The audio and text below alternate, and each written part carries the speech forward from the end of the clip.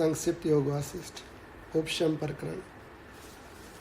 राजा जनक की जीवन मुक्त रूप से स्थिति तथा शुद्ध विचार एवं प्रज्ञा के अद्भुत महात्म्य का वर्णन।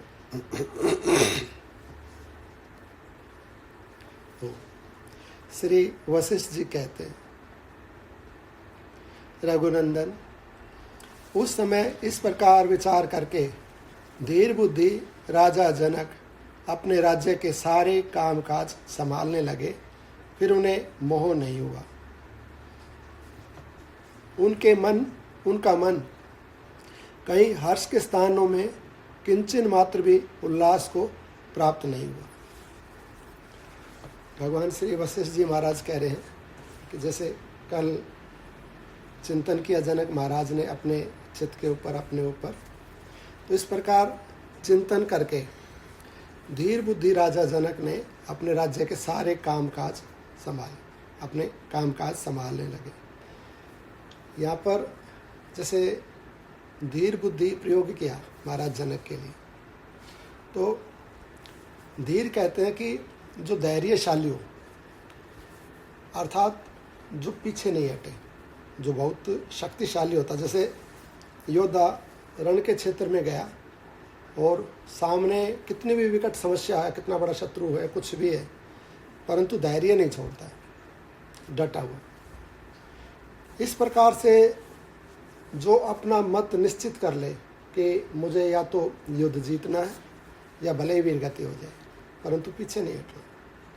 इस प्रकार से जब व्यक्ति स्वस्थ चित्त हो जाता है, निश्चित मत हो जाता है, तो उसको धैर्यशाली बोलते हैं। और ऐसी बुद्धि जब किसी गुण को या किसी अभिप्राय को या कोई उद्देश्य लेकर एक मत हो जाए, निश्चित हो जाए, तो ऐसी जो बुद्धि होती है उसको धीर बुद्धि बोलते हैं। तो राजा जनक ने पहले चिंतन किया संसार के ऊपर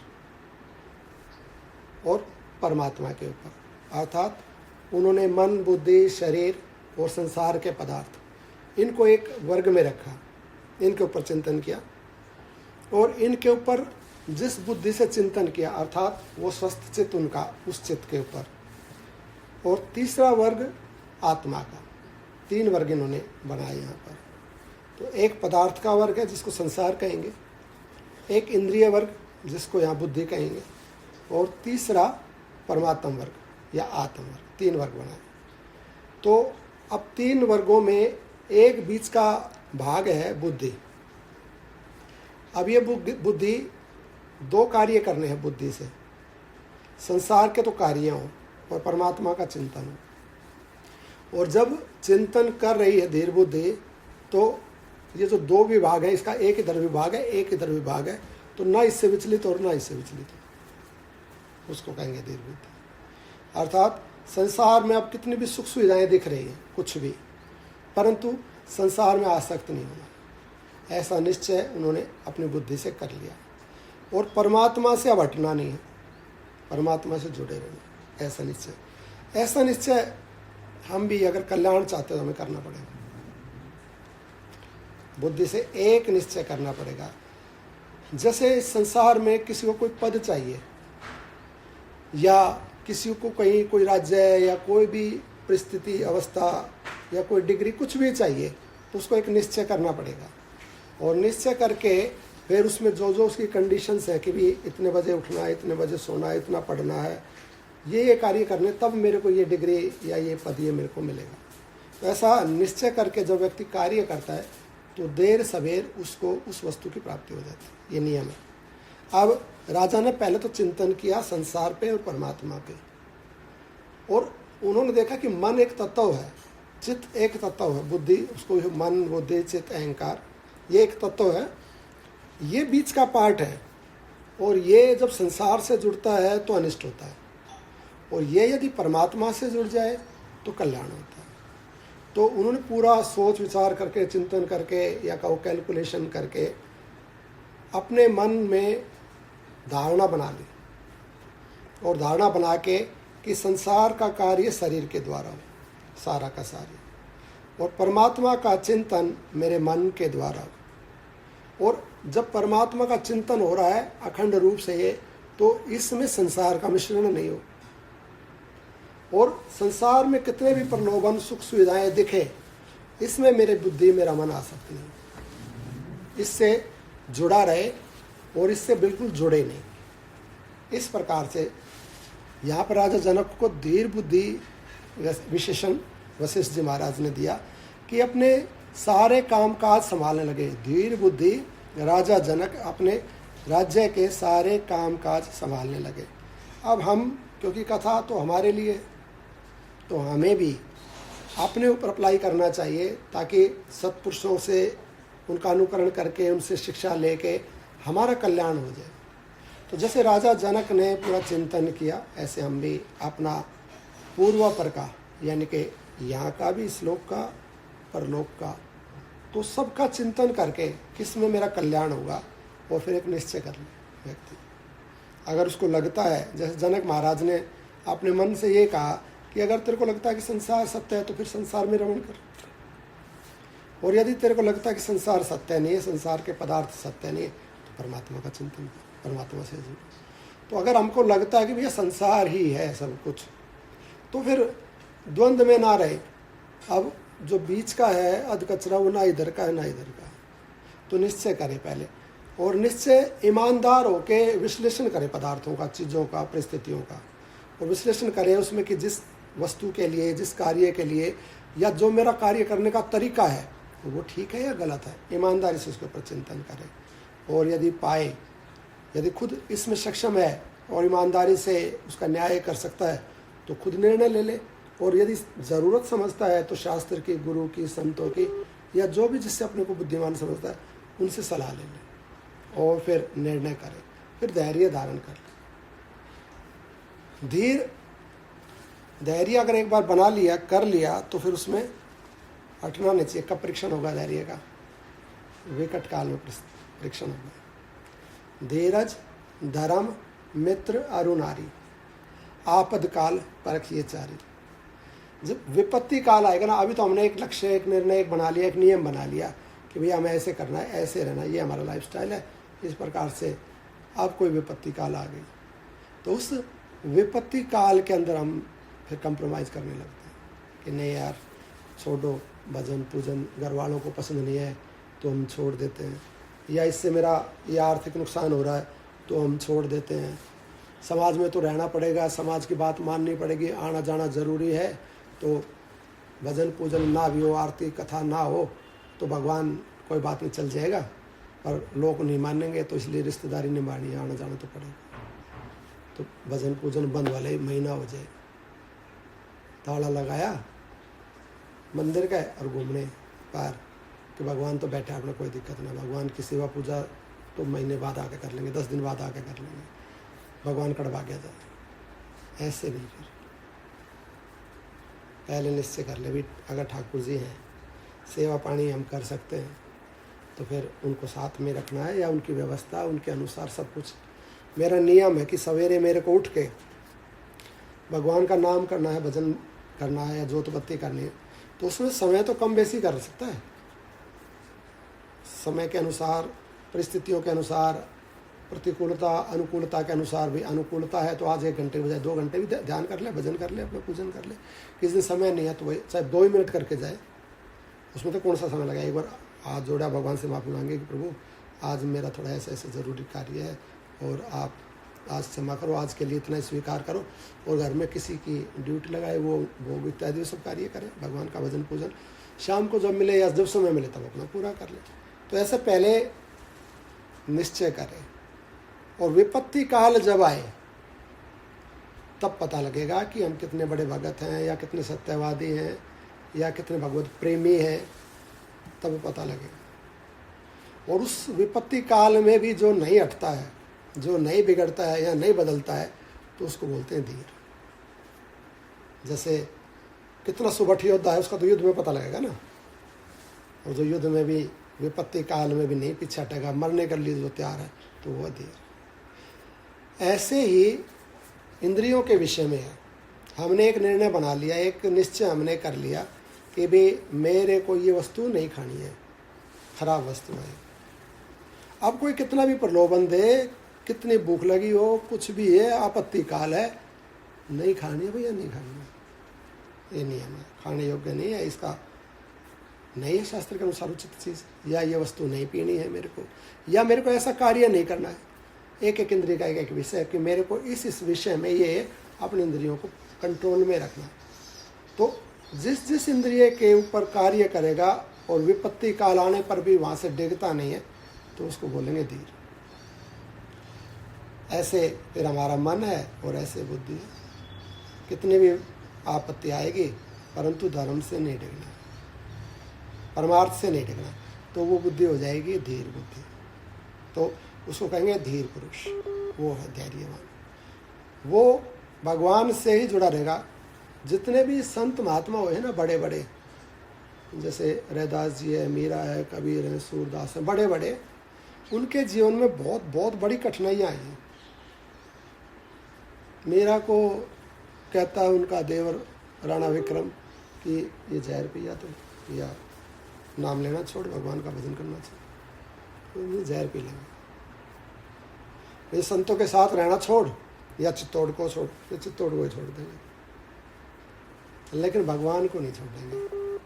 तो ये है धैर्य, ये है धीर। सूरदास जी 7 साल के थे, बचपन से प्रज्ञा चक्षु थे, उनको दिखाई नहीं पड़ता था। बहुत ज़्यादा उनके घर में, परिवार में दरिद्रता थी, धन का बहुत अभाव रहता था। कहीं से सूरदास जी के पिताजी को जीवन में पहली बार 1 या 2 सोने की मोहर मिली दक्षिणा के अंदर, ब्राह्मण कुल में पैदा हुए थे।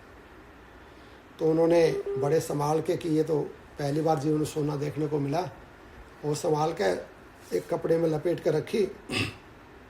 चूहे ने सोची कि खाने की वस्तु है इस कपड़े के अंदर, चूहा उसको बिल में ले गया।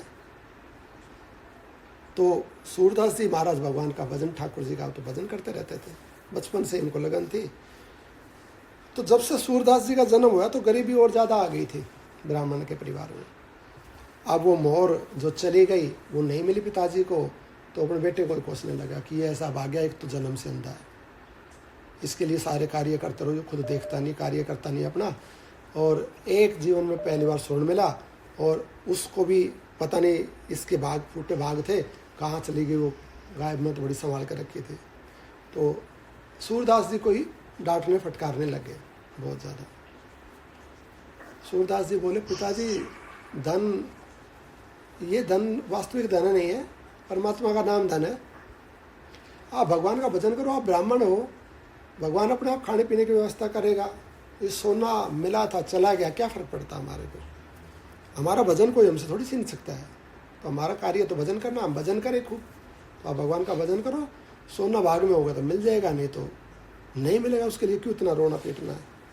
तो बोले, एक तो ये अंधा, दूसरा भागा, ऊपर से प्रवचन करता है, तो और ज़्यादा क्रोध आ गया, पीटने लग गए सूरदास जी को। तो सूरदास जी बोले कि आप ये बताओ कि आपको धन अधिक प्रिय है या संतान अधिक प्रिय है। तो बोले, धन भी तो चाहिए, धन बहुत ज़्यादा प्रिय है मेरे को, तो धन मिल जाए, पहली बार वो मिला था और वो भी पता नहीं कहाँ चला गया। तो सूरदास जी कहने लगे कि यदि मैं बता दूं तो वो कहाँ है, तो बता कहाँ पर है वो धन। तो बोले, मैं बता तो दूंगा, मेरे पास शक्ति है भगवान के भजन से, मेरे को शक्ति है, मेरे को पता लग जाती है कौन सी वस्तु कैसी है, कहाँ पर है। तो यदि उस शक्ति का मैं प्रयोग कर लूँगा तो फिर मैं इस घर में नहीं रहूँगा, मैं घर छोड़ के चला जाऊँगा।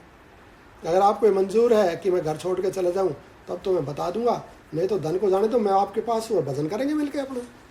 तो बोले, तू कहीं जा से मेरे को बता धन कहाँ पर है। तो बोले, ठीक है। तो उन्होंने कहा कि घर के उस कोने में एक बिल है, और उस बिल को इतने हाथ खोदो तो इतने हाथ नीचे वो मोहर मिलेगी आपको। तो पिताजी ने जाके और वो खोदा, बिल खोदा, और वो मिल गई मोहर, वहाँ पर रखी हुई थी। प्रसन्न हो गए, धन पा गए, प्रसन्न हो गए। अब बोले, चलो, बोले तेरे पास इतनी शक्ति कैसे आ गई, तूने बता दिए सब। तो बोले, मैं तो बहुत कुछ बता सकता हूँ, मेरे पास तो नाम की शक्ति है, भगवान की शक्ति है, लेकिन मैंने पहले कही थी भी आप उसका प्रयोग मत करवाओ, हम तो भजन करेंगे, तो अब आप मेरे को जाने दो, मैंने आपसे पहले आज्ञा मांग ली थी। पिताजी ने भी रोकर सूरदास जी चले गए। जीवन भर आँख नीने देखने के लिए कितना कष्ट उठाया रैदास जी ने, सूरदास जी ने, मीरा ने, कबीर जी ने, संतों के ऊपर कितनी पीड़ा हुई है। तुकाराम जी, घर में खाने को नहीं है, वो गन्ने भी लेके गए, तो वो ठाकुर जी लीला करके गन्ने भी बच्चों के रूप में ले लिए। ऐसा लिखा हुआ है श्रीमद् भागवत के अंदर कि जो मेरा भक्त है और जिस पर मैं कृपा करता हूँ, सबसे पहले उसका दाना लेता हूँ, और यदि कोई इसका इष्ट मित्र संबंधी उसको सहायता देना लगे तो सहायता नहीं देने देता। महान आपत्ति काल उसके जीवन में आता है, और उस महान आपत्ति काल में भी जो नहीं टूटता, जो मेरा भजन करता रहता है, उसको मेरी प्राप्ति होती है। ऐसा भागवत जी में लिखा हुआ है। तो कितनी विपत्ति आती है संतों के, भक्तों के जीवन के अंदर, परंतु वे धीर होते हैं। कितनी भी विपत्ति आए, कुछ भी आए, सुदामा जी को खाने को तो रोटी नहीं है, और श्री कृष्ण श्री कृष्ण श्री कृष्ण। द्वारकाधीश उनके मित्र, सोने, द्वारकाधीश के तो चरणों की पादुकाएं भी सोने की हैं। वहाँ क्या सोने की कमी थी? जाके 150 थोड़ा सोना मांग लेते तो क्या मना कर रहे थे? उनके तो चप्पल भी सोने की है भगवान के, तो परंतु मांगते नहीं। श्री कृष्ण श्री कृष्ण।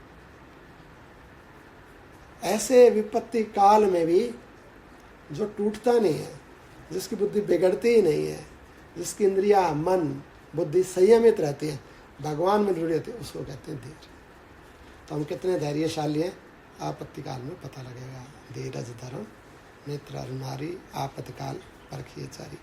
ऐसा धैर्य कर लिया जनक महाराज ने कि अब ये मन परमात्मा में लगा रहेगा, और शरीर से कार्य कर रहे हैं, सारे कार्य काज आप अपने शरीर से संभालने लगे।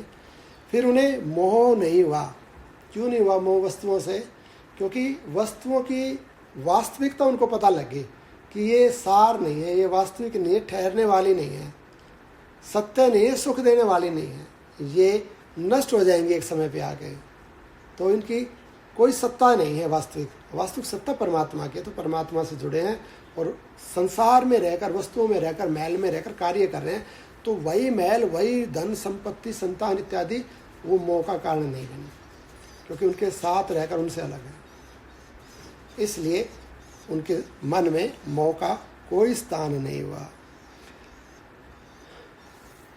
उनका मन कहीं भी हर्ष के स्थानों में किंचन मात्र भी उल्लास को प्राप्त नहीं हुआ। जैसे केवल सुषुप्ति में स्थित हो, उस प्रकार सदा ही विक्षेप रहित एवं शांत भाव से स्थिर रहा। तब से उन्होंने न तो दृश्य जगत को मन से ग्रहण किया और न उसका त्याग ही किया। जितना भी दृश्य जगत है, धन संपत्ति संतान सब दृश्य है, शरीर दृश्य है, जितना भी दृश्य जगत है, ये संसार है, न तो उसको ग्रहण किया और न उसका त्याग किया। जैसे हम अपने आप को ग्रहण थोड़ी करते हैं और त्याग भी नहीं करते, बस है। ऐसे ही शरीर को भी हम ग्रहण नहीं करते, त्याग नहीं करते। है तो है, कोई दिक्कत नहीं, परंतु उसको जब हम मैं भाव से किसी भी वस्तु में चिपकते हैं तो उसको ग्रहण करते हैं कि ये मैं हूँ और ये मेरा है। और यदि उसमें मैं और मेरे का भाव न हो तो छोड़ना भी नहीं, छूटा ही हुआ अपने आप, स्वतः ही छूटा हुआ। तो इस भाव से वो रहे, ना तो वस्तु को उन्होंने स्वीकार किया मैं भाव से और न ही त्याग किया। केवल वर्तमान संसार में वे निशंक होकर स्थित रहे। ये बहुत बड़ी साधना है। व्यक्ति यदि वर्तमान में स्थित रहता है, प्राय हमारा मन या भूतकाल में होता है या भविष्य काल में होता है, वर्तमान में नहीं होता। और ये बहुत बड़ी साधना है कि हम वर्तमान काल में रहें। वर्तमान में रहने से अभी से जो हम अपने से जुड़े हैं या भगवान से जुड़े हैं, या अभी हम जो कार्य कर रहे हैं, उसी का तो फल भविष्य में मिलता है। पास्ट का तो बीत गया, तो चेंज ही नहीं होगा। और पास्ट में भी कुछ खराब हो गया, हमारे से कोई गलती बन गई, नुकसान हो गया, तो उसका भरपाई भी वर्तमान ही कर सकता है, भविष्य नहीं कर सकता है। तो इसलिए सबसे ज़्यादा इम्पोर्टेंस है वर्तमान काल की। वर्तमान काल को व्यक्ति संभाल के रखे, और जो भी वर्तमान चीज़ें उसके पास हैं, जो वर्तमान परिस्थिति है, उसके पर यदि ध्यान करे और उसका सदुपयोग करे, तो उसका पास्ट भी सुधर जाता है, फ्यूचर भी सुधर जाता है। लेकिन चिंतन या तो पास्ट का करता रहता है या फ्यूचर का करता रहता है, और प्रेजेंट को नहीं संभालता है। ना प्रेजेंट के देह को संभालता है, ना प्रेजेंट के मन को संभालता है, ना ही वस्तुओं को संभालता है। तो भूतकाल तो बिगड़ा ही हुआ है, पहले भविष्य में बिगड़ जाए।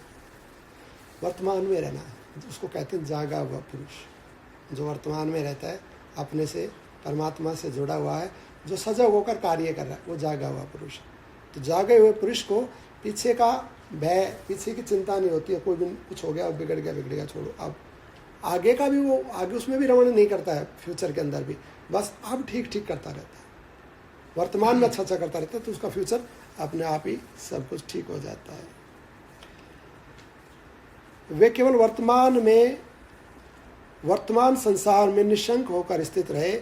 इस प्रकार आत्म विवेक के अनुसंधान से राजा जनक का परमार्थ विषयक यथार्थ ज्ञान अत्यंत एवं अनंत विशुद्ध हो गया।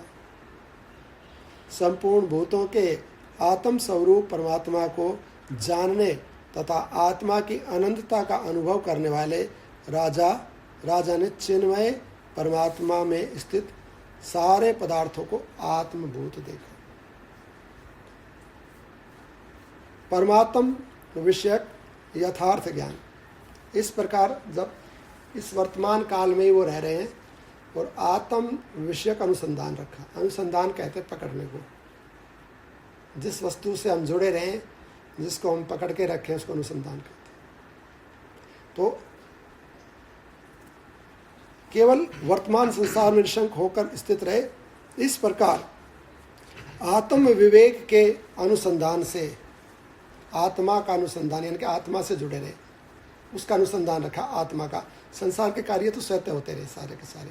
आत्मा का, परमात्मा का अनुसंधान, स्थिति या पकड़कर रखने से क्या प्रभाव हुआ? परमात्म विषयक यथार्थ ज्ञान हो गया। आत्मा से जुड़े रहे तो परमात्मा का ज्ञान हो गया, परमात्म विषयक यथार्थ ज्ञान हो गया। अनंत एवं अत्यंत विशुद्ध, परमात्मा कैसे? अनंत एवं अत्यंत विशुद्ध। जो अनंत है वो बिल्कुल विशुद्ध है, जिनमें कोई मिलावट नहीं है। ऐसा जो अनंत और अत्यंत विशुद्ध आत्मा है, उसका ज्ञान हो गया उससे जुड़े रहने से। जिससे हम जुड़े रहते हैं या जिसके ऊपर हम कार्य करते हैं, उसकी देर सवेर हमें प्राप्ति होती है। राजा जनक आत्मा से ही जुड़े रहे और आत्मा से जुड़े रहने से उनको परमात्मा विषयक ये ज्ञान हो गया। जब ये ज्ञान हुआ तो उसका प्रभाव कैसा हुआ, कैसी अनुभूति हुई, उसके विषय में यहाँ पर बता रहे हैं। संपूर्ण भूतों के आत्म स्वरूप परमात्मा को, जितने भी भूत हैं, भूत मनुष्य, पशु, पक्षी, जीव जंतु, इनको भी भूत बोलते हैं, और जो भी पर्वत इत्यादि जड़ पदार्थ है उसको भी भूत बोलते हैं, और पृथ्वी, आकाश, गगन, समीर, जल, धरनी, इनको भी भूत बोलते हैं। 5 महाभूत हैं। 5 महाभूतों से जितनी भी चीज़ें बनी हैं सब भूत हैं, उनको भूत बोलते हैं। पदार्थ को भूत बोलते हैं।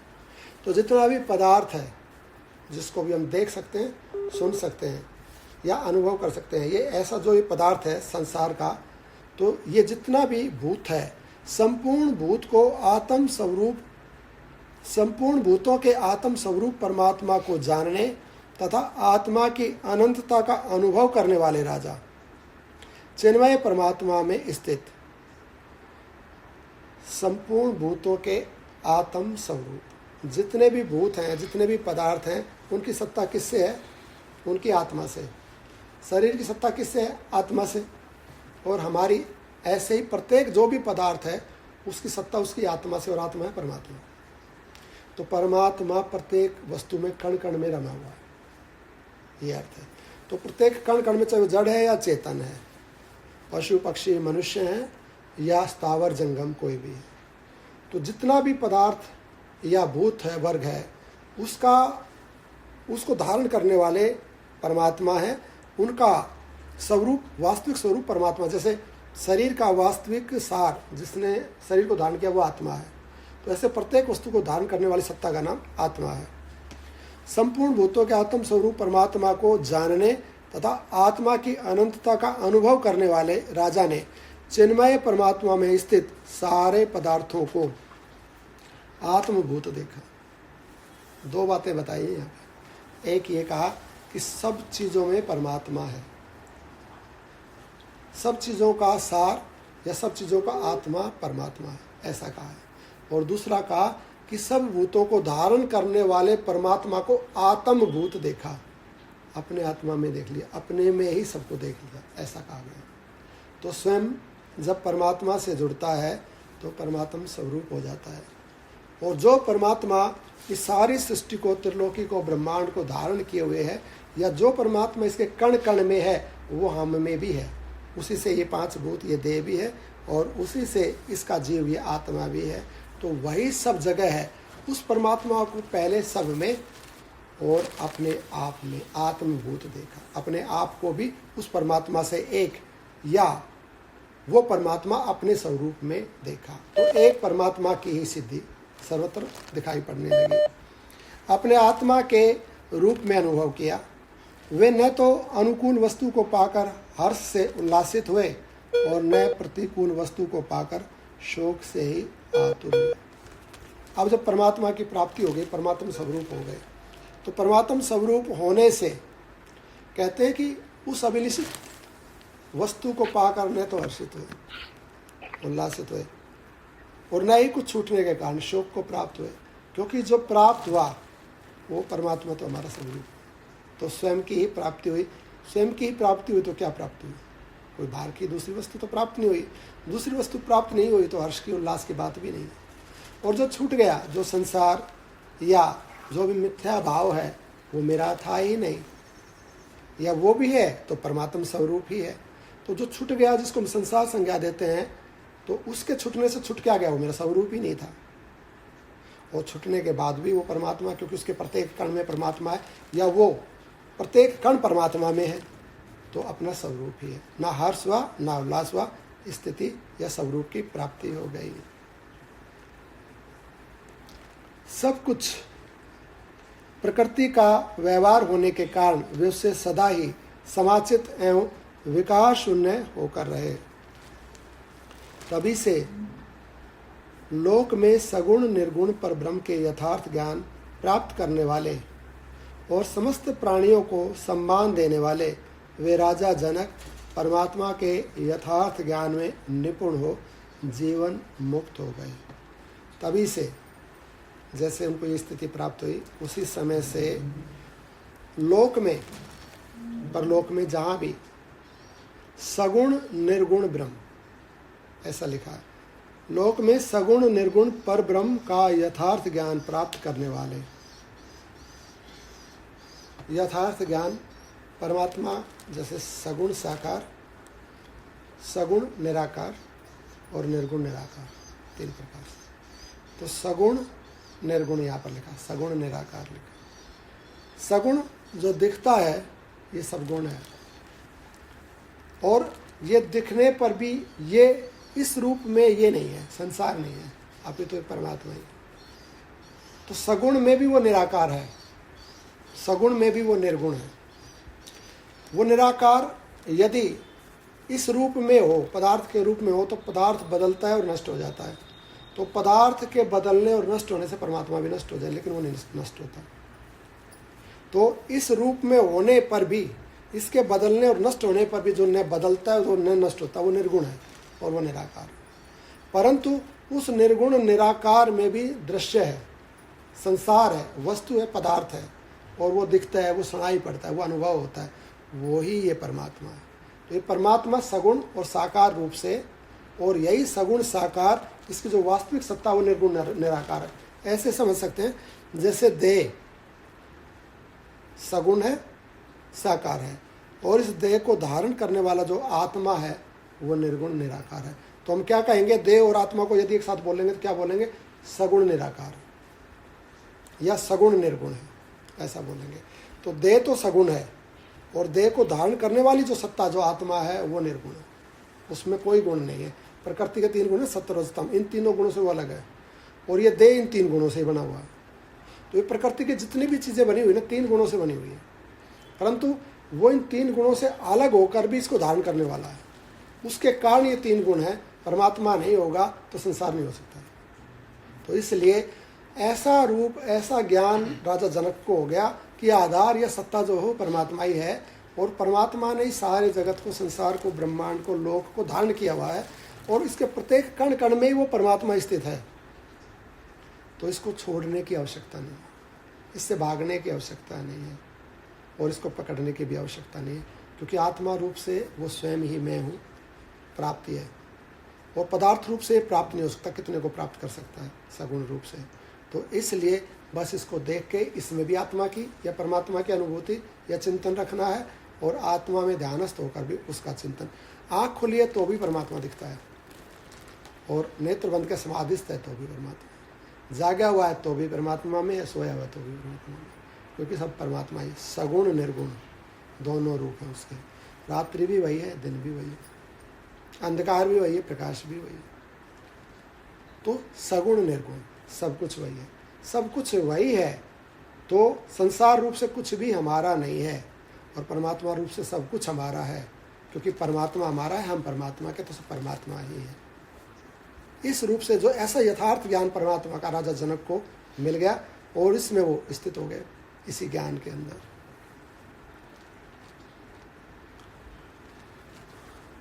समस्त प्राणियों को सम्मान देने वाले वे राजा जनक परमात्मा के यथार्थ ज्ञान में निपुण हो जीवन मुक्त हो गए। वे लोगों को प्राणों के समान प्रिय थे और विदेह देश का राज्य करते थे। कभी हर्ष तथा विषाद के वशीभूत हो संतप्त नहीं होते थे। सुषुप्ति अवस्था में स्थित की भांति राजा जनक की राग द्वेष आदि समस्त वासनाएं संपूर्ण पदार्थों से सर्वथा निवृत्त हो गई थी। राग और द्वेष की जो हमारी वासनाएं, जो हमारी स्थितियां या विचार होते हैं, तो जो हमें प्रिय होता है उसमें राग होता है, और जो अप्रिय होता है उससे हमारा द्वेष होता है। तो प्रिय और अप्रिय कुछ रह ही नहीं गया। मेरा या जो मेरा नहीं है, ऐसा कुछ रह ही नहीं गया। अच्छा और बुरा, ये द्वैत की दृष्टि रह ही नहीं गई। तो जब प्रिय अप्रिय नहीं रहा तो सब परमात्मा ही है, परमात्मा भाव हो गया। परमात्मा भाव होने से कुछ भी अच्छा और बुरा नहीं रहा, परमात्मा रूप हो गया, तो राग द्वेष की दृष्टि निवृत्त हो गई। और ये दृष्टि निवृत्त होने से सबको सम्मान देते हैं, सबसे प्रेम करते हैं, और सब उनसे प्रेम करते हैं। सबको वो प्राणों के समान प्रिय है, क्योंकि जो हमारा स्वरूप है वो हमें प्रिय होता है, और जैसे आत्मा हमारा स्वरूप है हमें प्रिय है, और ये स्वरूप ये सब भी आत्मा ही है। ये बात हम समझ जाएं और इस भाव में स्थित हो जाएं तो सब हमें ऐसे ही प्रिय हो जाएंगे, जैसे आत्मा ये मेरा ही स्वरूप हो जाएगा। और उन सब को भी हम उतने ही प्रिय हो जाएंगे जितना स्वयं का उनका स्वरूप, क्योंकि अब मैं भाव नहीं है, सत्ता ही है, आत्मा ही है, परमात्मा ही है, तो उनको भी प्रिय हो जाएंगे। जो संत महात्मा होते हैं ना, बुद्ध तत्व को जो प्राप्त हो जाते हैं, आत्म भाव में स्थित हो जाते हैं, तत्ववेत्ता जिनको कहते हैं, वन में रहते हैं, और वन में रहते हैं हिंसक जीव जंतुओं के बीच में। वो हिंसक जीव जंतु उनको हानि नहीं पहुँचाते, उसके पीछे यही सत्ता कार्य करती है, क्योंकि वो ब्रह्म भाव में स्थित होते हैं महात्मा, और ब्रह्म भाव में होने से उनका आत्मा इनका आत्मा एक होता है। तो जैसे किसी भी हिंसक जीव को अपना शरीर प्रिय है ना, ऐसे ही वो शरीर भी प्रिय होता है महात्मा का, क्योंकि उनका शरीर और इस हिंसक प्राणी का शरीर एक हो जाता है। तो कोई मनुष्य आएगा, उसको भी वो महात्मा प्रिय है, ब्रह्मवेत्ता को भी प्रिय है, और हिंसक जीवों को भी प्रिय है। और ऐसे ही उस महात्मा की भी द्वैत दृष्टि नहीं होती है। ऐसा नहीं होता है कि कोई मनुष्य आया तो वो उसको आदर सत्कार या प्रेम, बाह्य दृष्टि से व्यवहार दृष्टि से भेद हो सकता है, परंतु तत्व दृष्टि से भेद नहीं होता है। चाहे कोई संत महात्मा आए और चाहे कोई हिंसक जीव उनके आश्रम में आए, तत्व दृष्टि से सब ब्रह्म होता है। इसलिए हिंसक प्राणी उनको क्षति नहीं पहुंचाते हैं, उनका आत्मा ही सर्वत्र। पीछे कथा में बताया था स्थिति प्रकरण के अंदर कि जो मैं भाव है, मैं भाव के कारण मन की सत्ता है, और मन की सत्ता जब तक रहती है, मैं की सत्ता जब तक रहती है, तब तक मैं होता हूँ और दूसरे होते हैं। तो अनेक यूनिट होती है, जैसे एक ये देह है, एक ये देह, अलग अलग देह है, जब तक मैं होता है, परंतु मैं टूटने से एक ही सत्ता होता है। और जब तक मैं भाव है तब तक दूसरे के मन की बात मुझे नहीं पता लगती है, परंतु मेरा मैं भाव टूटते सब मैं सब में चला जाता हूँ और सबको मैं जानता हूँ। वो मुझे जानते हैं या नहीं जानते हैं तो बात भिन्न है, परंतु वो सबको जानता है। तो ऐसा उसका सर्वत्र प्रसार हो जाता है, वो सब में एंटर कर जाता है आत्म तत्व होने से, क्योंकि आत्मा सब में एक ही है। तो उसका मैं का बंधन टूटा, उसका अपना जो साइकिल या रेडियस है या जो उसने अपने चारों तरफ एक सीमा बना कर रखी है, जो दीवार है वो दीवार टूट जाती है। अब मैं नहीं है, अब है की सत्ता है, आत्मा की सत्ता है। और आत्मा सब में है, तो सबको अपना आत्मा, अपना स्वरूप, अपना शरीर प्रिय होता है, और वो उसी भाव से दूसरों में होता है। इसलिए वो यहाँ बैठा रहे, यहाँ से चला जाए, तो कोई भी प्राणी उनको ये नहीं चाहेगा कि ये चले जाएं या उनकी कोई हानि हो जाए, ऐसा कभी भी नहीं होगा। उसके पीछे यही सत्ता कार्य करती है। यहाँ पर जिस राजा जनक के लिए लिखा कि राजा जनक सबको प्राणों के समान प्रिय प्रेम करते थे, क्योंकि वो उनको भी आत्म भाव में ही देखते थे, सब आत्मा ही है, परमात्मा ही है। तो सबको प्रेम करते थे, और सब भी उनको ऐसे ही प्रेम करते थे जैसे अपने प्राणों से प्रेम करते हैं।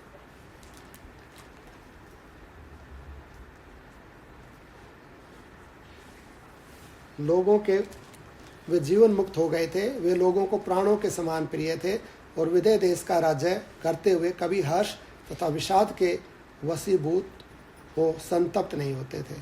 सुषुप्त अवस्था में स्थित की भांति राजा जनक की राग द्वेष आदि समस्त वासनाएं संपूर्ण पदार्थों से सर्वथा निवृत्त हो गई थी। वे कभी भूत की चिंता, वे न कभी भूतकाल पास्ट, वे न कभी भूत की चिंता करते थे और न भविष्य का अनुसंधान।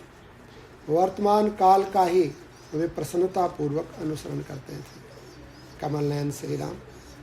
अपने परमात्म विषयक विवेकपूर्ण विचार द्वारा ही राजा जनक को पाने योग्य पर ब्रह्म परमात्मा रूप वस्तु की पूर्णतया प्राप्ति हो गई थी। वर्तमान काल का ही वे पूर्णता प्रसन्नता पूर्वक अनुसरण करते थे। अपने परमात्म विषयक, अपने आत्म परमात्म विषयक विवेकपूर्ण विचार द्वारा ही राजा जनक को पाने योग्य पर ब्रह्म परमात्मा की वस्तु की प्राप्ति हो गई। अपने विचार से उन्होंने विचार किया, चिंतन किया, और उनको परमात्मा की प्राप्ति हो गई। अपने चित्त से तब तक परमात्म तत्वों का विचार करते रहना चाहिए जब तक विचारों की सीमा का अंत न हो जाए, परमात्मा का यथार्थ ज्ञान रूप फल प्राप्त न हो जाए। महापुरुषों के संग से निर्मलता रूप अभ्युदय को प्राप्त हुए चित्त के विवेक पूर्वक शुद्ध विचार से जो परमात्म रूप परम पद प्राप्त होता है, वह न तो गुरु के उपदेश से, न शास्त्रार्थ से, न पुण्य से ही प्राप्त होता है।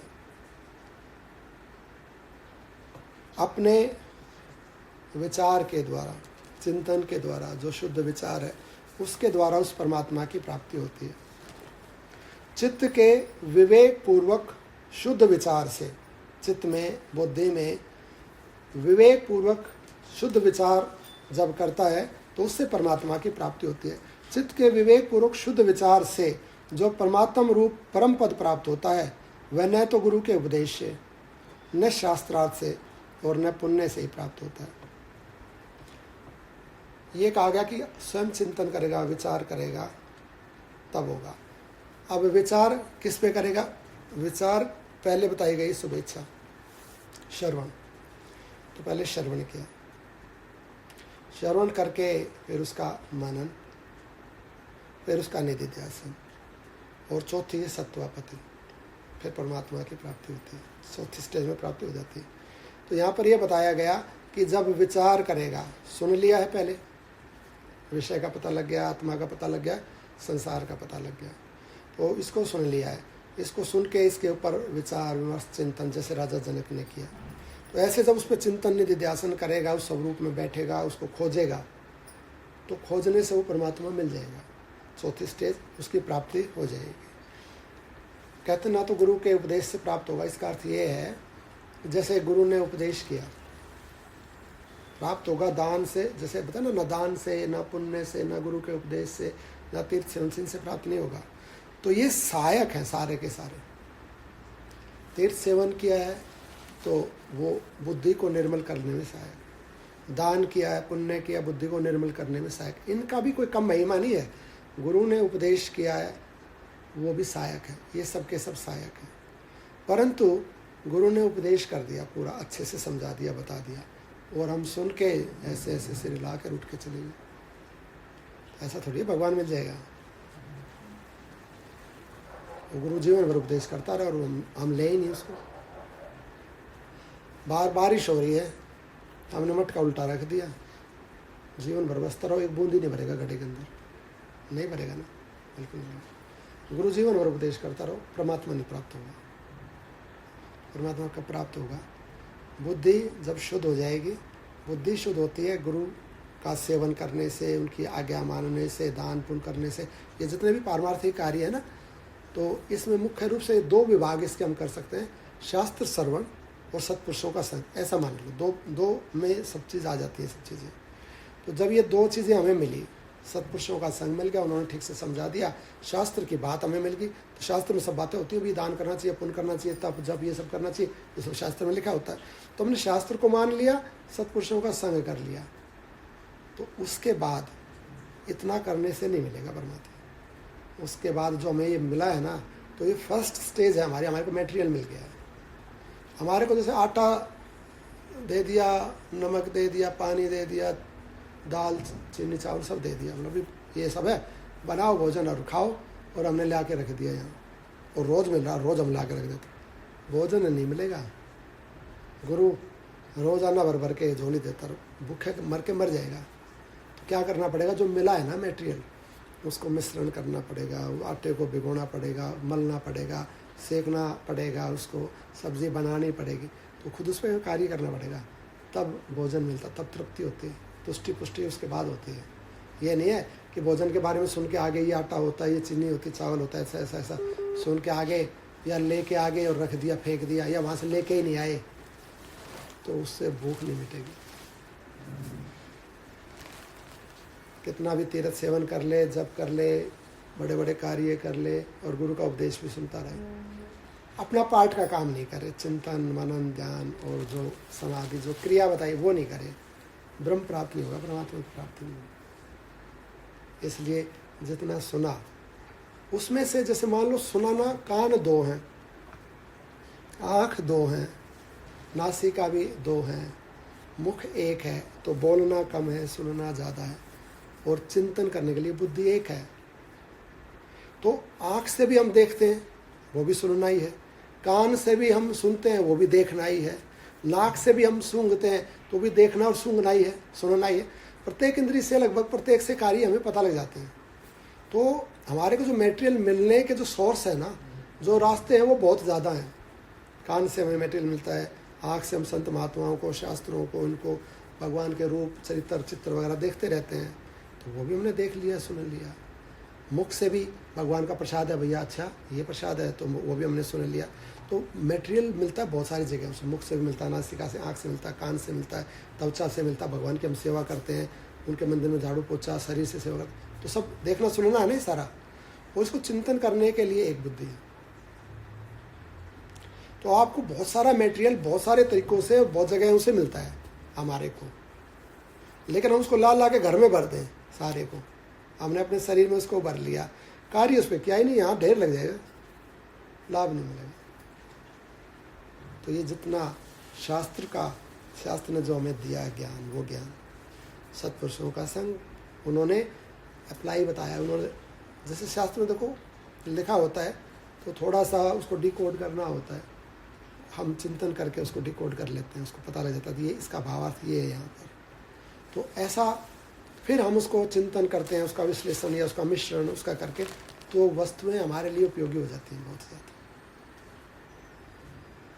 अब इस ज्ञान को, इसका चिंतन विश्लेषण मनन करेगा, इसमें तो धीरे धीरे अनुभूति होने लगे, परमात्मा की प्राप्ति हो जाएगी। परंतु ये नहीं किया तो उसकी प्राप्ति नहीं होगी, जीवन भर कथा सुनता रहे। कहते हैं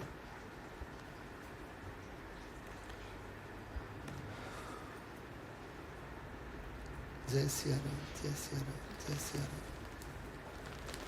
चित्त के विवेक पूर्वक शुद्ध विचार से, यहाँ पर महापुरुषों के संग से निर्मलता रूप अभ्युदय को प्राप्त हुए चित्त के विवेक पूर्वक शुद्ध विचार से जो परमात्म रूप परम पद प्राप्त होता है, वह न तो गुरु के उपदेश, न शास्त्रार्थ से, न पुण्य से प्राप्त होता है।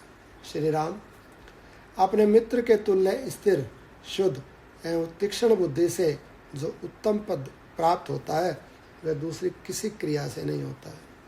अपने मित्र के तुल्य स्थिर बुद्धि से, धीर बुद्धि से प्राप्त होगा। और बुद्धि का धीर होने की क्रिया पहले बताइए कि ये नहीं खिलाना है, ये सुनना है, ये नहीं, ऐसे ऐसे ये कार्य करने हैं। उनके करने से, या दो शब्दों में कहें तो शम और दम से, दो शब्द में यदि कहें तो शम और दम से हमें पता लग जाता है। और उसमें फिर अपने को स्थिर बुद्धि, स्थिर हो जाए तो बुद्धि की स्थिरता जब हो जाएगी तो स्थिर बुद्धि हमारी मित्र है और चंचल बुद्धि हमारी शत्रु है। स्थिर मन हमारा मित्र है, चंचल मन हमारा शत्रु है। स्थिर बुद्धि होने पर जब उसका चिंतन किया जाएगा तब उस परमात्मा की प्राप्ति होती है। अपने मित्र के तुल्य स्थिर, शुद्ध एवं तीक्ष्ण बुद्धि से जो उत्तम पद प्राप्त होता है वह दूसरी किसी क्रिया से नहीं होगा। जिस पुरुष की पूर्वापर का विचार करने वाली कुशाग्र एवं तीक्ष्ण प्रज्ञा रूपी दीप शिखा प्रज्वलित है, उसे कभी अज्ञान रूपी अंधकार का कलेश नहीं पहुंचता। वस्तु कहाँ ढूंढे कहाँ कह विधि आवे हाथ। यहाँ पर कह रहे हैं कि अपनी बुद्धि रूपी दीप शिखा को प्रज्वलित करेगा तो अज्ञान, अंधकार रूपी अज्ञान या अंधकार रूपी कलेश प्राप्त नहीं होगा यदि कुशाग्र बुद्धि की ज्योत को जगा के रखेगा। वस्तु कहाँ ढूंढे कहाँ कह विधि आवे हाथ, ज्ञान दीप जब कहत कबीर ज्ञान तब पाए, कहत कबीर तब पाई ये ज्ञान दीप ले साथ। वस्तु कहाँ और ढूंढे कहाँ, कैसे मिलेगी? वस्तु रखी तो कहीं और है, ढूंढ कहीं और है। वो मिलता है भगवान चिंतन से, मनन से, ध्यान से, पूजन से, त्याग से, वैराग्य से, तप से। और सोच रहा है कि ऐसा करने से मिल जाएगा, बैठे बैठे सुन लिया और सुनने से मिल जाएगा। 150 रुपये दान कर दिया तो परमात्मा मिल जाएगा। 2 बार गंगा जी में नहाया तो ऐसे थोड़ी मिल जाएगा, नहीं मिलेगा। वस्तु कहाँ ढूंढे कहाँ कह भी दिया हो याद, नहीं मिलेगा। वो ऐसे मिलेगा, ये स्वरूप बताए, इस प्रकार से मिलेगा। कहत कबीर तब पाइए जब ज्ञान दीप ले साथ। ज्ञान का दीप जगा, ज्ञान के दीप में प्रकाश हो जाएगा, प्रकाश में परमात्मा दिखेगा। तो प्रकाश किससे, प्रकाश किसको बताया? तीक्ष्ण बुद्धि को, कुशाग्र बुद्धि को ज्ञान शिखा बताया। यहाँ पर पूर्वापर पर, पूर्व पहले बाद में, ये और वो, पूर्वापर पर विचार करने वाली कुशाग्र एवं तीक्ष्ण प्रज्ञा रूपी दीप शिखा प्रज्वलित है, उसे कभी अज्ञान रूपी अंधकार का कलेश नहीं पहुंचता। महामते, दुख रूपी उत्ताल तरंगों से व्याप्त जो विपत्ति रूपणी दुस्तर सरिताएं हैं, उनको तीक्ष्ण और विशुद्ध बुद्धि रूपी नौका के द्वारा ही पार किया जा सकता है। जितनी भी ये विपत्ति रूपी या दुख रूपी जो भवसागर है, इसको ज्ञान से, कुशाग्र बुद्धि के द्वारा ही इसको पार किया जा सकता है। जैसे वायु का हल्का सा झोंका भी निस्सार तिनके को उड़ा देता है, उसी प्रकार प्रज्ञाहीन मूढ़ पुरुष को थोड़ी सी आपत्ति भी शोकाकुल कर देती है। हल्का तिनका अगर है, हल्की से हवा उड़ा ले जाएगी। ऐसे ही जो कुशाग्र नहीं है, जो प्रज्ञाहीन है, मूढ़ मनुष्य है, बस संसार को, पदार्थों को सच्चा माने बैठा, थोड़ा सा उसके दिनों कलेश आए तो हाथ पैर एकदम से ढीले कर दे, क्या हो गया, कैसे निकलेगा। थोड़े से उसमें ही कलेश में उसकी आपत्ति उसको शोकाकुल कर देती है। शत्रुमर्दन श्री राम। तीक्ष्ण और विशुद्ध प्रज्ञा से युक्त पुरुष दूसरों की सहायता तथा शास्त्र अभ्यास के बिना भी संसार समुद्र से अनायास ही पार हो जाता है। जैसे फल की प्राप्ति के लिए सींचने और संरक्षण आदि के द्वारा अंगूर आदि की लता को बढ़ाया जाता है, उसी प्रकार शास्त्रों, मतलब जिसकी कुशाग्र बुद्धि है, जो भगवान का भक्त है, भगवान के उसमें रहता है, वही संसार सागर को, बड़ी से बड़ी विपत्ति को पार कर जाएगा। लेकिन कैसे करेगा? जैसे अंगूर पाने के लिए बेल लगाई और बेल को सींचा और उसका संरक्षण किया, उसकी रक्षा की, तो उससे फल प्राप्त हो जाएगा। इसी प्रकार से ये बुद्धि कैसे कुशाग्र होगी, उसके लिए बता रहे हैं। उसी प्रकार से शास्त्रों के अभ्यास और सत्पुरुषों की सत्संगति से पहले प्रज्ञा को बढ़ाना चाहिए, अर्थात बुद्धि को पवित्र एवं तीक्ष्ण बनाना चाहिए। जैसे चंद्रमंडल संसार के अंधकार को दूर करने वाली चांदनी को उत्पन्न करता है, उसी प्रकार निष्काम कर्म रूपी वृक्ष जिसका शुद्ध तीक्ष्ण प्रज्ञा बल ही महान मूल है, परम रसमय परमात्मा की प्राप्ति रूप फल को उत्पन्न करता है। जब शास्त्र अध्ययन सत्पुरुष सेवन ये करेगा तो उससे प्रज्ञा, उसकी बुद्धि तीक्ष्ण हो जाएगी। तीक्ष्ण हो जाएगी तो क्या होगा, वो जो कर्म करेगा ना, वो जो बीज बोएगा, वो कर्म उसका अकर्म है। कर्म रूपी विकर्म रूपी कर्म नहीं करेगा, अकर्म रूपी कर्म करेगा। इस प्रकार से इस रीति से कर्म करेगा जिससे दूसरे फल ही नहीं लगे, बीज ही नहीं लगे। जैसे जनक महाराज कर रहे हैं। जनक महाराज आत्मा में स्थित हो गए, मैं से जुड़कर कर्म नहीं करते हैं, तो मैं से जुड़कर जब कर्म नहीं करते तो फल भी नहीं होते, मुक्त हो गए। जीवन में देह के रहते रहते मुक्त हो गए। मुक्त हो जाना क्या है, दुखों से छूट जाना। कोई भी विपत्ति या प्रतिकूलता या दुख उनको व्यथित नहीं कर सकता, दुखी नहीं कर सकता, क्योंकि उसका अपना स्वरूप ही नहीं मानते। यदि तत्ववेता के शरीर में भी रोग आ जाए, ऐसा थोड़ी होता कि उसको बुढ़ापा नहीं आता या रोग नहीं आता है, विपत्ति आती है उसको, तो उसके शरीर में भी रोग आ गया तो वो उसमें भी दुखी नहीं होता। उसमें कहता है प्रारब्ध कट रहा है, भगवान की मर्जी है, प्रकृति का नियम है, उसमें प्रसन्न हो, तो उसको वो दुखी नहीं कर सकता। कितनी भी प्रतिकूलता है वो उससे विचलित नहीं होता है। ये भी भगवान का नियम है, ये भी प्रारब्ध है, ये प्रकृति का नियम है, भोगना ही है। मेरा कोई गलती रही होगी पीछे, मैंने कुछ बुरा किया हुआ, बस ठीक है, आसस के प्रत्येक अवस्था में वो प्रसन्न रहता है। प्रसन्नता की अवस्था में भी और दुख की अवस्था में प्रसन्न ही रहता है, उसको प्रभाव नहीं पड़ता वस्तुओं से। उसकी दृष्टि में उस वस्तु का महत्व नहीं रहता, अपितु वस्तु ही पर ब्रह्म हो जाती है। और दुख भी ब्रह्म है, बुखार भी ब्रह्म है, जरा अवस्था भी ब्रह्म है, सब कुछ ब्रह्म ही तो परमात्मा ही तो है। तो दुख का अवसर कहाँ पर, दुख कहीं नहीं, समबुद्धि हो जाता है, बिल्कुल विचलित नहीं होता। और जब इस भाव से कि सब ब्रह्म ही है, सब परमात्मा ही है, तो परमात्मा ही तो कर रहे हैं। शरीर से कार्य और शरीर प्रकृति का विभाग है, प्रकृति कार्य करी, मैं क्या कर रहा हूँ, प्रकृति कार्य करी तो फल मुझे कैसे होगा, अकर्म हो गया। तो उससे क्या होता है, जब शास्त्र का श्रवण किया और सत्पुरुषों के द्वारा उसको ठीक से समझ लिया तो कर्म करने की शैली को सीख जाता है। अब अकर्मण्यता के साथ निष्क्रिय होकर अकर्म होता है, उसके द्वारा कर्म नहीं होता है। फल की प्राप्ति से कर्म नहीं करता है, कर्तव्य बुद्धि से कर्म करता है। और कर्तव्य बुद्धि से जब कर्म करता है तो ये मूल है, ये ऐसा उसने बीज बोया। और ये जो बीज बोया इसमें वृक्ष उगता ही नहीं है, या जो वृक्ष उगता है तो ये ब्रह्मरूपी बीज है, इससे ब्रह्मरूपी वृक्ष उगता है। यदि हम सब चीज़ में परमात्मा को ही देखते हैं तो अंततः प्राप्ति भी तो परमात्मा की ही होगी ना। यदि हम संसार को देखते हैं, संसार का सेवन करते हैं तो संसार की प्राप्ति होती है। परंतु जिसने अकर्म भाव में स्थित होकर इस बीज को सींचा है कि मैं कार्य नहीं करता हूँ, मैं खाने पीने वाला नहीं हूँ, मैं बोलने चलने वाला नहीं, प्रकृति का विभाग है ये तो, मैं तो इसको जानने वाला हूँ, उसका साक्षी हूँ, मैं तो आत्मा हूँ, उस भाव में स्थित है। और उसके द्वारा, उसके शरीर के द्वारा सब क्रियाएं हो रही हैं, तो वो कर्म नहीं करता। तो उसने ये दृढ़ मूल बो दिया, ये बीज, ये उसकी जड़ है। यहाँ पर उसने बुद्धिमानी प्रारंभ कर दी है। आगे कुछ भी प्रतिकूलता उसके जीवन में आ रही है, उसको भी ब्रह्म भाव में सहन कर लेता है, आगे नया कर्म करता ही बनता ही नहीं है, तो उसको संसार की प्राप्ति नहीं होती है। यहाँ पर कहते हैं उसी प्रकार शास्त्रों के अभ्यास से और सत्पुरुषों की संगति से पहले प्रज्ञा को बढ़ाना चाहिए, अर्थात बुद्धि को पवित्र एवं तीक्ष्ण बनाना चाहिए।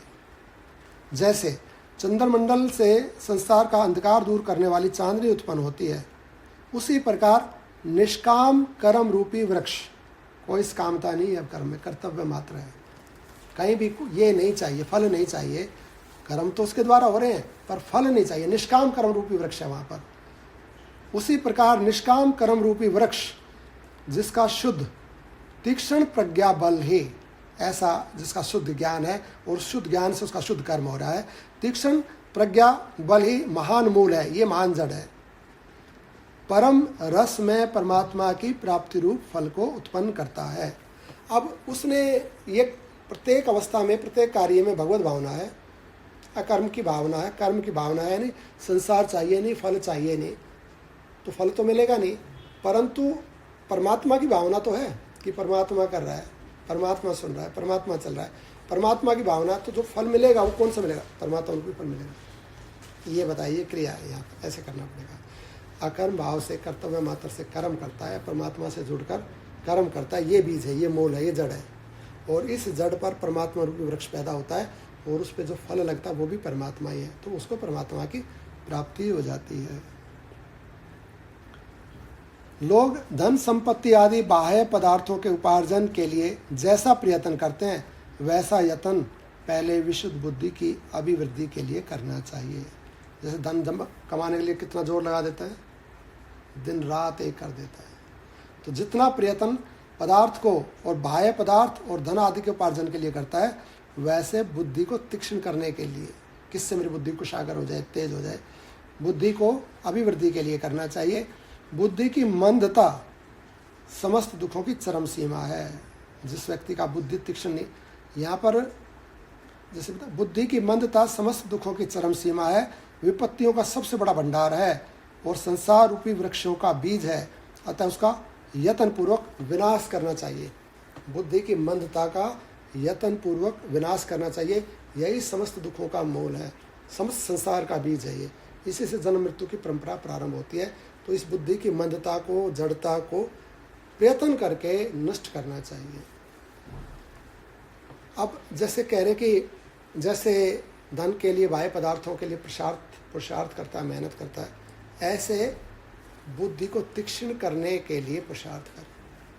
तो इसका अर्थ ये नहीं है कि संसार में बुद्धिमान कहलाने के लिए, जैसे कि बहुत ज़्यादा पढ़ा लिखा आज का, जैसे सो कॉल्ड इंटेलिजेंट जिसको बोलते हैं ना, तथाकथित बुद्धिमान, कि वो किसी एक विषय को जानता है, धन कमाने को जानता है, किसी भाषा को जानता है, या और किसी चीज़ के अंदर बहुत ज़्यादा इंटेलिजेंट है, बस लौकिक ज्ञान है उसको, आलोक का नहीं ज्ञान है। तो लौकिक ज्ञान प्राप्त करने वाला जो अपने आप को इंटेलिजेंट मान रहा है, उसके लिए नहीं बोला गया है यहाँ पे। लोक का ज्ञान एक अंग है, लोक का ज्ञान होना भी खराब बात नहीं है। लोक का ज्ञान होना, लोक अर्थात इस लोक में, ये लोक चलता है धन से, अर्थ से। तो हमारे जो पुरुषार्थ हैं चार, उनमें से अर्थ एक अंग है। अर्थ का भी ज्ञान होना चाहिए, अर्थ उपार्जन कैसे होता है। देह भी अर्थ है, देह भी धन है, संतान भी धन है, घर और ये जितनी भी प्रॉपर्टी ये भी धन है, हमारा मन बुद्धि विचार ये भी धन है, ये धन होता है सारा। इसकी अर्थ संज्ञा है। और ये शास्त्र में चार में से एक पिलर है ये, अर्थ।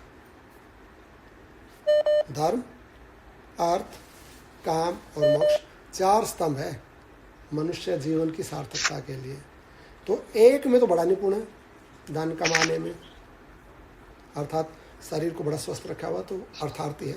धन उसका शरीर रूपी धन बढ़िया है, ये संतान रूपी धन बढ़िया है, या रुपया रूपी पदार्थ रूपी धन बढ़िया है। बाकी जीरो है सब जगह। धर्म को जानता नहीं है, कामनाओं को जानता ही नहीं है। कामना अर्थात कामना वो वस्तुएं हैं जिनकी मांग करता है शरीर, जिनसे सुख का अनुभव करता है कि भी इससे मुझे सुख हो।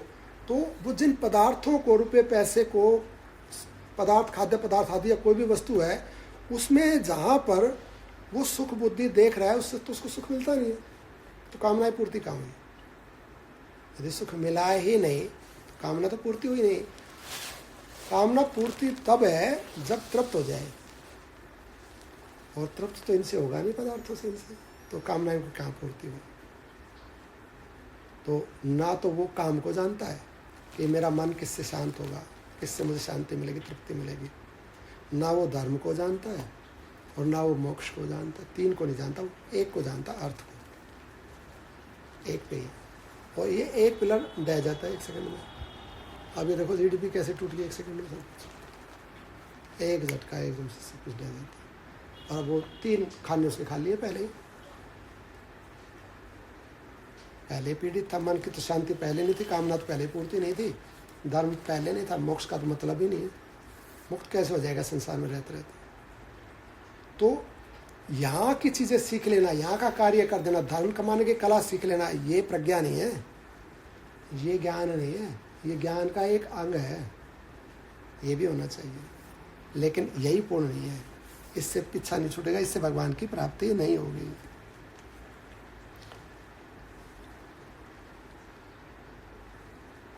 मंदता अर्थात जिससे हमारे सब दुख निकल जाए, तीक्ष्ण बुद्धि प्रज्ञा, जिससे सब दुख निकल जाए, जिससे प्रज्ञा को या नौका का है कि प्रज्ञा नौका है और उस नौका में बैठ के संसार को पार कर जाएगा। उसी नौका में बैठ के धर्म भी कमाए, अर्थ भी कमाए, मन की भी शांति हो जाए, परमार्थ भी, लोक परलोक भी, और मुक्त हो जाए। धर्म का आचरण हो, धर्म के अनुसार कार्य हो, धर्म के अनुसार कार्य करते हुए धन अर्थोपार्जन हो, मन की शांति हो और मुक्त हो जाए, मोक्ष हो जाए। अर्थात अब कोई खेद नहीं है, कुछ भी वस्तु हमें बांध नहीं सकती है, कुछ भी अप्राप्त नहीं, अब प्राप्त हो गया। जीवन के रहते, देह के रहते रहते मुक्त हो जाता प्रज्ञा से, यदि प्रज्ञा थी। और प्रज्ञा नहीं है, मंदता है, तो बताए महान विपत्ति है उसके जीवन में, पद पद पर विपत्ति है, संकट दुख ही दुख है। तो इसलिए यत्न करके व्यक्ति को प्रज्ञा रूपी, कितना समय हो गया, 1 घंटा हो गया, जल्दी से करते हैं। प्रज्ञा के लिए प्रयत्न करना चाहिए। रघुनंदन, न तो दान से, न तीर्थों से, न तपस्या से ही भयंकर संसार सागर पार किया जा सकता है। केवल पवित्र एवं अचल बुद्धि रूप जहाज का आश्रय लेने से ही उसको पार पहुंचा जा सकता है। अचल बुद्धि रूप जहाज का आश्रय लेने से संसार सागर पार किया जा सकता है। पृथ्वी पर विचरने वाले मनुष्यों को जो है अचल बुद्धि, अचल यानी कि जो स्थिर हो जाए, धीर बुद्धि। जो चल माने होता है डिगने वाली, चलने वाली, और अचल है कि जो ठहर जाए, हिले नहीं। तो जो धर्म में अचल हो गई है, पुरुषार्थ में अचल हो गई, भगवान में अचल हो गई है, तो उसका अचल बुद्धि बोलेंगे। परमात्मा में अचल हो गई है तो उसी को धीर बुद्धि बोलते हैं। ये कथा भी प्रारंभ में धैर्य से ही प्रारंभ हुई कि राजा जनक धैर्यशाली है, तो राजा जनक की धीर बुद्धि है, अचल बुद्धि है। उनकी बुद्धि धर्म से डिगती नहीं है, चलाए मान नहीं है कि कभी धर्म में, कभी संसार में, कभी अचल बुद्धि। तो अचल बुद्धि यदि हो गई तो हम धैर्यशाली हो गए। धैर्यशाली हो गए तो ये धैर्य ही धर्म है, और ये धर्म में जब धैर्य हो गया तो यही बुद्धि पार उतार देगी, और कोई भी पार नहीं उतार सकता है। पृथ्वी पर विचरने वाले मनुष्यों को जो भी दैवी संपत्ति प्राप्त होती है वह शुद्ध एवं अविचल प्रज्ञामयी लता से उत्पन्न हुआ स्वादिष्ट फल है। इससे क्या प्राप्त होगा? प्रज्ञा से दैवी संपत्ति। दैवी संपत्ति एक आसुरी संपत्ति, दूसरी दैवी संपत्ति। बुरा बोलना, कड़वा बोलना, किसी का अहित चाहना, सब आसुरी संपत्ति। बुरे बुरे कार्य अर्थात जो बुरा विभाग है वो आसुरी है, ऐसा मान लो। और जो अच्छा विभाग है, मधुर बोलना, अच्छा कार्य करना, कल्याण के बारे में सोचना अपने के लिए, सबके लिए, वो सारी सारी दैवी संपत्ति बोलते। तो बुद्धि भी दैवी बुद्धि या आसुरी बुद्धि।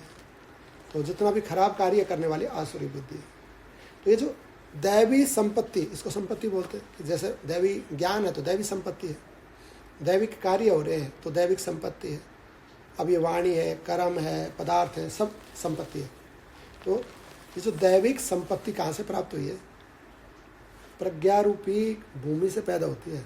यदि प्रज्ञा है ना, धीर बुद्धि है, धर्म में बुद्धि स्थित है, परमात्मा में स्थित है, तो उसमें से क्या फल, क्या पौधा निकलेगा, क्या फल निकलेगा? तो उसमें से दैविक संपत्ति प्रकट होगी।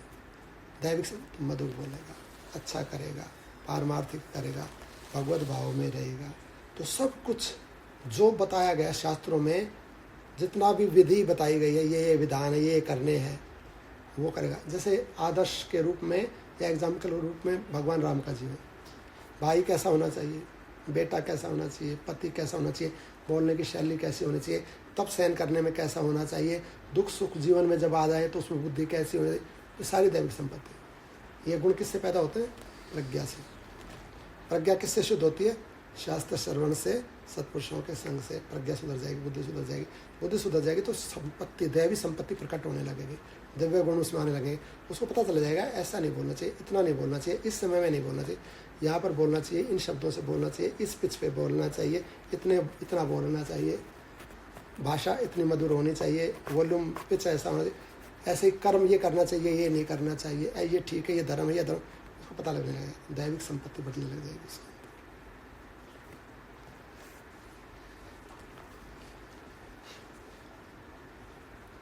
जिन सिंहों ने अपने पंजों से मत गजराजों के कुंभ स्थल विदीर्ण कर डाले थे, वे भी सियारों द्वारा बुद्धि बल से इस तरह पराजित हुए जैसे सिंहों से हरिण।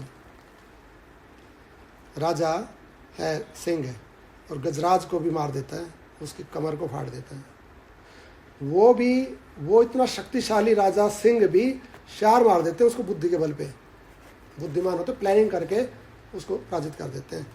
वो भी सियारों द्वारा बुद्धि बल से इस तरह पराजित हो जाते हैं जैसे सिंहों से हरिण।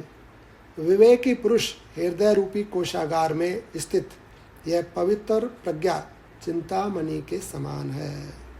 विवेकी पुरुषों के हृदय रूपी कोशागार में धन रखने का जो स्थान होता है, उस कोशागार में यह पवित्र बुद्धि ऐसी है जैसे चिंतामणि।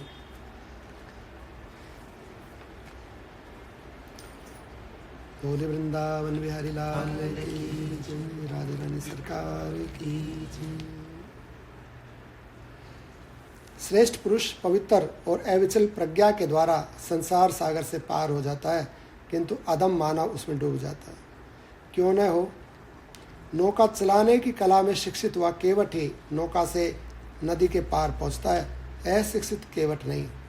जैसे समुद्र की भंवर में चक्कर काटती हुई नौका उस पर चढ़े हुए लोगों को विपत्ति में डाल देती है, उसी प्रकार राग, द्वेष, लोभ आदि असन्मार्ग में लगाई गई अशुद्ध बुद्धि संसार में भटकाकर मनुष्य को आपत्ति में डाल देती है। और वही बुद्धि यदि विवेक, वैराग्य आदि सन्मार्ग में लगाई जाए तो वह मनुष्य को भवसागर से पार कर देती है।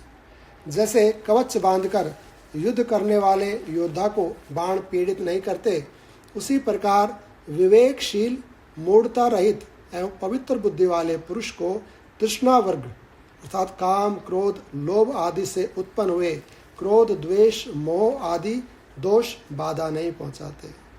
रघुवीर, इस लोक में प्रज्ञा रूपी नेत्र से यह सारा संसार ठीक ठीक दिखाई देता है। उस यथार्थदर्शी पुरुष के पास न तो संपत्तियां आती हैं और न विपत्तियां ही। प्रज्ञा रूपी नेत्र से सारा संसार ठीक ठीक दिखाई देता है। उस प्रज्ञा रूपी नेत्र से संपन्न व्यक्ति के पास न तो विपत्तियां आती हैं और न संपत्तियां हैं। यह संपत्ति और विपत्ति संसार से संबंधित वस्तु का नाम। स्वरूप में आत्मा में न तो संसार आ सकता है और न आत्मा का अभाव हो सकता है। न तो संसार का भाव हो सकता है और न आत्मा का अभाव हो सकता है। जब समाधिस्थ होता है तो वो शुद्ध पवित्र होता है, उसमें कोई चीज़ एंटर नहीं कर सकती है और उसका अभाव भी, उसकी कमी भी नहीं हो सकती है। स्वरूप का न तो अभाव होता है और न उसमें किसी वस्तु का प्रवेश होता है। ये शुद्ध रूप है आत्मा का। तो जब शुद्ध रूप से इस प्रज्ञा से संपन्न हो जाता है, आत्मस्थ हो जाता है, स्थिति प्रज्ञ हो जाता है, तो संपत्ति विपत्ति दोनों पीछे रह जाती हैं, अर्थात आत्मा ही रहता है, परमात्मा ही रह जाता है। तो परमात्मा की स्थिति रह जाती है, वहीं सांसारिक वस्तुएं आना जाना या छूटने का ये प्रश्न ही खत्म हो जाता है। जैसे सूर्य को ढकने वाला जलमय विस्तृत काला मेघ वायु से छिन्न भिन्न हो जाता है, उसी प्रकार अहंकार रूपी मत मेघ जो परमात्म रूपी सूर्य पर आवरण डालने वाला है, पवित्र एवं तीक्ष्ण बुद्धि रूपी वायु से बाधित हो जाता है। काला मेघ यदि सूर्य पे आ जाए तो नीचे अंधकार हो जाता है। ऐसा ही अहंकार रूपी मेघ है, अज्ञान रूपी मेघ है। मैं, अहंकार जो बोलता है मैं, ये मैं ही ऐसी भावना जो आत्मा को ढक लेती है। ऐसा ही अहंकार रूपी मेघ जो परमात्मा रूपी सूर्य को ढक लेता है, पवित्र एवं तीक्ष्ण बुद्धि रूपी वायु से बाधित हो जाता है, जिससे हमें हमारा स्वरूप नहीं दिखाई दे रहा, मैं ही मैं दिख रहा है सब जगह। यदि प्रज्ञा है, तीक्ष्ण बुद्धि है, तो उस मेधा से ये अहंकार टूट जाएगा, ये मेघ टूट जाएगा और आत्मा का दर्शन हो जाएगा, परमात्मा की प्राप्ति हो जाएगी। परमात्मा की प्राप्ति रूप अनुपम उन्नत पद में पहुंचने वाले पुरुष को पहले सत्संग और विवेक वैराग्य द्वारा इस बुद्धि का शोधन करना चाहिए। ठीक उसी तरह जैसे धान्य आदि की वृद्धि चाहने वाला किसान सबसे पहले पृथ्वी को हल आदि से जोतकर शुद्ध बनाता है। बोले वृंदावन बिहारी लाल की जय, राधे रानी सरकार की जय। जिसको भगवान की प्राप्ति करनी है उसको सबसे पहला उसका कार्य है कि अपनी बुद्धि को शुद्ध करें, विवेक के द्वारा, वैराग्य के द्वारा, सत्संग के द्वारा। सबसे पहले अनुपम उन्नत पद में पहुंचने वाला उस परमात्मा की प्राप्ति की जिसको इच्छा है उस व्यक्ति को सबसे पहले अपनी बुद्धि का शोधन करना चाहिए। किसके द्वारा? सत्संग, विवेक, वैराग्य के द्वारा इस बुद्धि को शुद्ध करना चाहिए। फिर उसमें ज्ञान पैदा होता है। जैसे किसान भूमि को जोत के शुद्ध कर देता है तो उसमें धान पैदा होता है, फिर उसमें ये विवेक रूपी पौधा अंकुरित होता है। होली वृंदावन बिहारी लाल की।